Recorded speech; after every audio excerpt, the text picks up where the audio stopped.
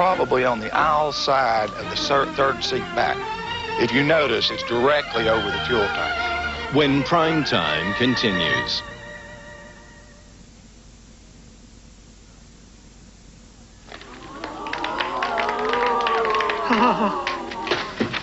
It's been our observation that people don't necessarily like the idea of getting older.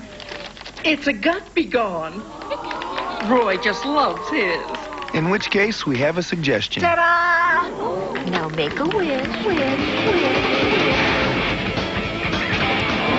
A 175 horsepower fountain of youth. The 94 Isuzu Rodeo. Practically amazing. While you weren't looking, something magical happened. The durability of an oil-based enamel and the easy cleanup of a latex came together. Hard to believe? Try it and see. Duratex Colors Enamels from Red Devil for the finish of a lifetime. Everybody talks about crime. Someday you're going to do something about it. When you get around to it. The question is, how? Well, you can visit your local Radio Shack. We can give you expert information to help protect your home. We can show you security products you can install yourself. Because when it comes to crime, talk is cheap, but action could be priceless.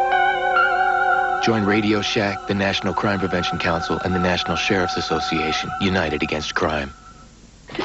Become one with the mud. Experts have recently begun recommending mud baths for the relief of stress. Become one with the mud. Heck, we've known that for years. The 175 horsepower Isuzu Rodeo. How do you feel about this? Phony Vietnam vets gaining fame and fortune, and they made it all up. 2020 gives these homemade heroes the Medal of Dishonor. Plus, if you're a woman and you're not getting respect at work, it may be the way we speak. It's not what we say, it's how we say it. 2020 investigates Friday. Sunday on Lois and Clark. Everything's super with Lois and the Man of Steel. Until an international crime ring led by Peter Boyle and Bruce Weiss tries to take over the world. Now Superman has to go undercover. An all-new Lois and Clark, Sunday on ABC.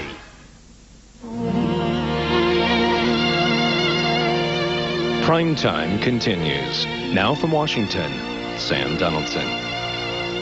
This fall, just as millions of parents were taking their youngsters down to the school bus stop, we began doing a little homework of our own. We found that although the federal government will tell you a ride on the school bus is one of the safest rides on the highway, critics say a fatal crash in Kentucky, which should have taught a lesson, didn't. It was a bus that met all existing federal regulations, but safety advocates say those regulations were inadequate then and are still inadequate today. And as Sylvia Chase discovered, there are thousands of old buses, just like the one in Kentucky, still on the road.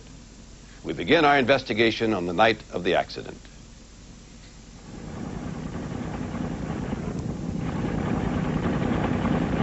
We hit, and then once we stopped skidding, the fire started. It was like a big fireball. It looked like it just was flying right back at me. Everybody was kind of pushing on the people in front of us trying to get out. And to my right, I heard a voice saying, "I'm on fire, help me, I'm dying." Karen Foran, Jim Slaughter, and Katrina Henderson got out alive that cool, clear May evening in 1988 when a church youth group was returning from an amusement park 170 miles down the interstate. Their school bus was hit head-on by a drunk driver in a pickup. 27 died. Karen has had 54 surgeries. She survived because a passerby dragged her to safety after she was overcome by smoke. I thank God that I was not awake, because I would have given up trying to get out, if you will. And An accident investigation would later show all passengers would have survived had there been no fire. And safety advocates had been warning for years that the design of the bus could cause such a fire. All you could see was glows of people on the inside of it just moving around. When I was outside, I remember seeing arms coming out the windows, just grabbing for something or anything, just grabbing. They all died as a result of flame and smoke inhalation. Dr. George Nichols, Kentucky's medical examiner, led the accident investigation, which found that there wasn't a single broken bone from the crash. So the only reason why any of the children died was because of the fire. Correct. A fire that was preventable. Also correct. I see in your face anger, sadness. Mainly sadness. This is of all of the hundreds, thousands of cases I've dealt with, this is the only one that tore a piece of me out. I don't know if I could ever do another one again. It's difficult. It still is.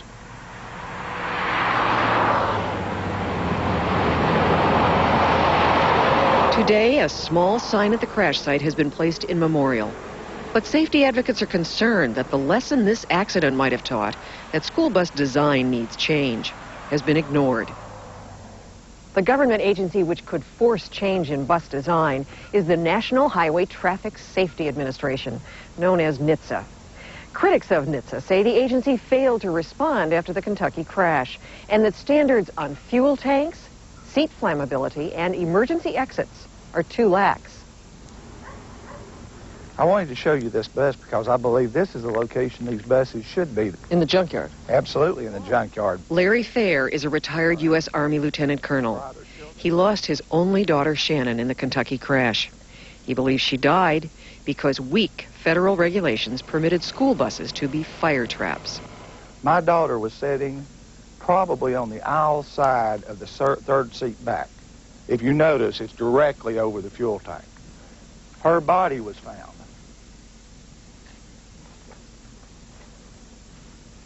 in approximately this location, lying diagonally with her head in this direction.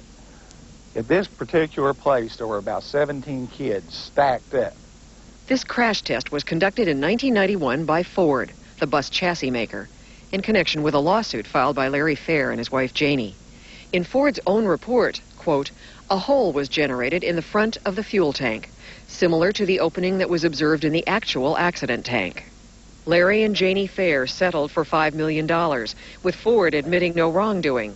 But the Fairs remain angry that what they regard as design flaws were the real causes of their daughter's death and have not been adequately corrected, even though NHTSA ordered new fuel tanks on buses made after 1977.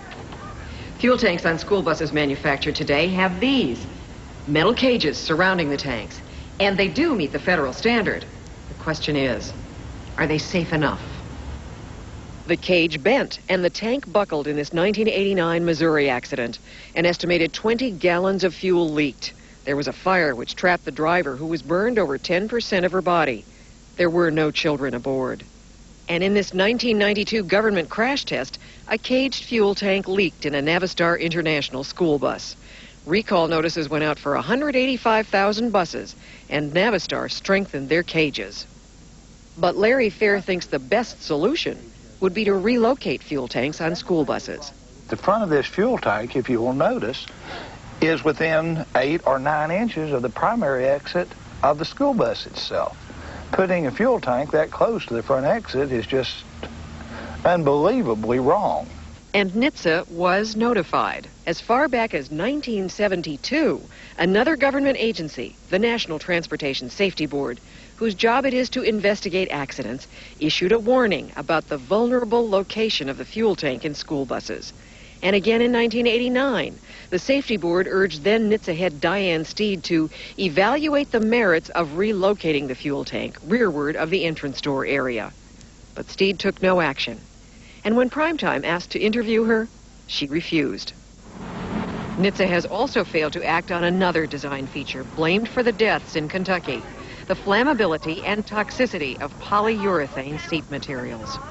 This experiment was commissioned by the Fairs for their lawsuit.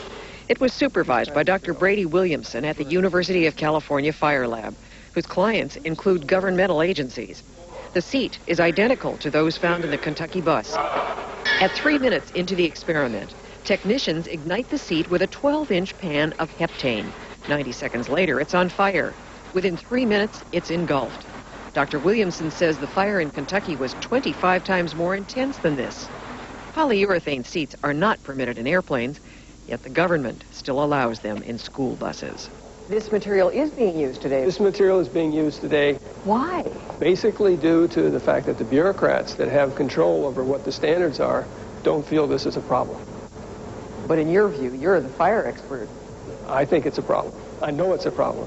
And it's going to happen again. That's an opinion shared by the National Transportation Safety Board, which in 1991 urged then NHTSA Chief Jerry Curry to, quote, upgrade the existing regulations for flammability. But no new regulations have been issued by NHTSA, and Curry declined Primetime's request for an interview. NHTSA also delayed action on emergency exits, even though the safety board told NHTSA back in 1978 that the single emergency exit rule should be changed, citing the, quote, inadequacy of emergency exits on school buses and calling additional means of escape. But the Kentucky bus, in compliance with federal regulations, had only one